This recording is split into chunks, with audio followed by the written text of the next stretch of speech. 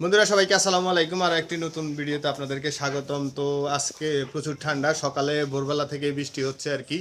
এখন মোটামুটি একটু কম আছে। তো ঠান্ডা বেড়ে যাওয়ার কারণে চারিপাশের এখনো পর্দা আমরা উঠাই নাই, প্রায় 11:30 বেজে গেছে। তো এই যে আমাদের গরুগুলো এতক্ষণ খাওয়া দাওয়া করে রেস্টে ছিল। তো আমি ভিতরে ঢুকলাম, কয়টা গোবর ছিল এগুলো ফালাইলাম আর কি। তো এই কারণে সবাই উঠে দাঁড়াইছে। দেখেন, শুধু একটা পর্দা উঠাই দিছি, ভিতরে আমার মনে হচ্ছে যে গ্যাস, এই কারণে যাতে গ্যাসটা বাইরে যায় এক সাইডের পর্দাটা উঠাই দিছি। আর এই যে উনি কালকে সারা রাত আমার ঘুমাইতে দেয় নাই, খালি একটু পর পর চিল্লাইছে। ওই যে পাশে যে গরু একটা সমস্যা ছিল, তো একটু করছে আর কি, নাচানাচি করছে, এই কারণে ও দেখছে, এই কারণে চিল্লাচিল্লি করছে। তো যাই হোক, এই যে এখনো কাউকে বের করা হয় না এখানে। আমাদের প্রত্যেক দিন এই যে সকালে 10টার দিকেই আমরা রাজা রানীকে বের করে দেই বাইরে বালির মাঠে, কিন্তু আজকে বাইর করতে পারি নাই, এখনো ওরা ভিতরেই আছে। আর এই পাশে এখনো পর্দা উঠাই নাই, এই যে এই পাশে এখনো পর্দা উঠানো হয় নাই। এই যে পর্দা লাগানো আছে, কারণ হচ্ছে যে বাইরে, মানে বাইরে অনেক ঠান্ডা, আর ভিতরে যদি এটা উঠাই দেই তাইলে ঠান্ডায় মানে অনেক গরুর ঠান্ডা লেগে যেতে পারে।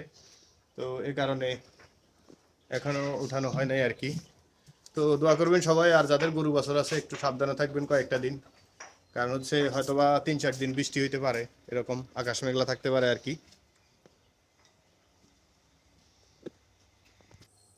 তো এই যে আমাদের করলা গাছটা, এটাতে মোটামুটি ভালোই করলার ফুল আসছে। তো করলাও ধরছে, আমরা খাইছি আর কি। কিছুদিন আগে আপনারা দেখাইছিলাম যে করলা ধরতেছে। তো এই যে এখন হচ্ছে কি, অস্ত্র হাতে মানে কাশি, যাইতে হবে ঘাস কাটতে, মানে বৃষ্টি বাদল যাই হোক আর যতই ঠান্ডা থাকুক, গরু তো খাওয়ান দিতেই হবে।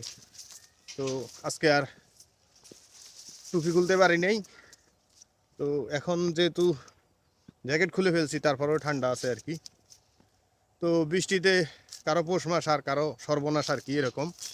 তো যে সর্বনাশ আমাদেরই, কারণ আমরা যারা রাখাল, এরা ঠান্ডা হোক বৃষ্টি হোক আর ঝড় তুফান যাই হোক, গরুর জন্য ঘাস কাটতে হবে, গরুকে খাবার দিতেই হবে। আর যাদের পৌষ মাস, তারা হইলো যে আমাদের এই যে ঘাসগুলা যেগুলো আছে এগুলা, বা ভুট্টা যে জ্বালাইছে, ওই ভুট্টাগুলো এখন ধরেন আপনার বৃষ্টির কারণে একটু রস পেয়ে গেলে তাড়াতাড়ি বড় হবে আর কি।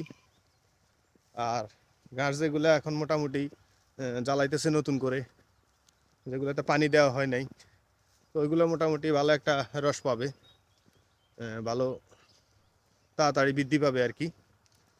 তো আপনি যদি আমার চ্যানেলে নতুন হয়ে থাকেন ভাই, ভিডিওটাতে একটা লাইক করে দিবেন। অনেক কষ্ট করে ভিডিও বানাইতে হয়, কারণ 17-18টা গরু, তারপরে হচ্ছে আপনার প্রায় 65 পিসের মতো হচ্ছে মুরগি, ছোটো বাছুর টাছুর মিলে, বাচ্চা টাচ্চা মিলে আর কি।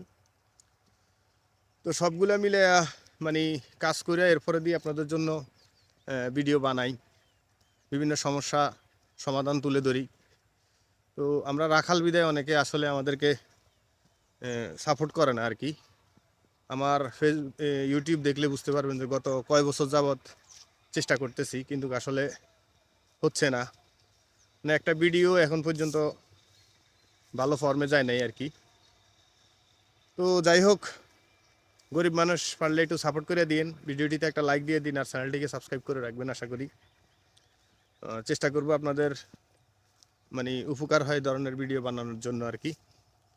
তো মোটামুটি আমাদের ঘাস আগের যা ছিল, এই যে এখানে অল্প একটু জায়গা মনে হয় আজকে কাটলে একটু শেষ হয়ে যাইব। আর বাকি এগুলো এখনো ছোট, তবে ছোট যেগুলো এগুলা মোটামুটি খুব ভালো ফলন হচ্ছে আর কি। হয়তোবা নেক্সট কাটা যখন শুরু করব নতুন করে, এরপর থেকে আর অন্তত 20 বোঝা করে ঘাস, মানে এক একটা গরুরে 30-40 কেজি ঘাস দিলেও আমাদের ঘাস পুরাবে না আর কি। আর এখানে অল্প একটু জায়গা আছে, মোটামুটি এভারেজে আর 5-6 দিন পরে আমাদের ঘাস হয়তো বা শেষ হয়ে যাবে। আবার নতুন করে কাটতে গেলে অল্প একটু জায়গা আছে, এই যে এই জায়গাটুকু আছে, দেখতে পাইতেছেন, এই জায়গাটুকু আছে, এই জায়গাটুকু কাটলে হয়তো বা 2 দিন যাবে আর কি। তো মালিককে বলছিলাম আর কি যে অন্তত আর 1 সপ্তাহ একবেলা করে খ্যার দিতে, কিন্তু উনি বলে যে না, ঘাসেই হবে। তো হয়তো বা ঘাসে ভালো একটা শর্ট খাইতে পারি আর কি আমরা, 7-10 দিনের, এরপরে ঠিক হয়ে যাবে গাছগুলো মোটামুটি। গাছ যেগুলো আপনি ধরেন সোজা পাতা হয়েছে, পাতা সোজা হয়ে গেছে যেগুলো, এগুলা হইতে সময় লাগে না। আর যেগুলো একটু নিচু, ওগুলো হয়তো 7-8 দিনের মাথায় পাতা সোজা হয়ে যাবে। তো আশা করি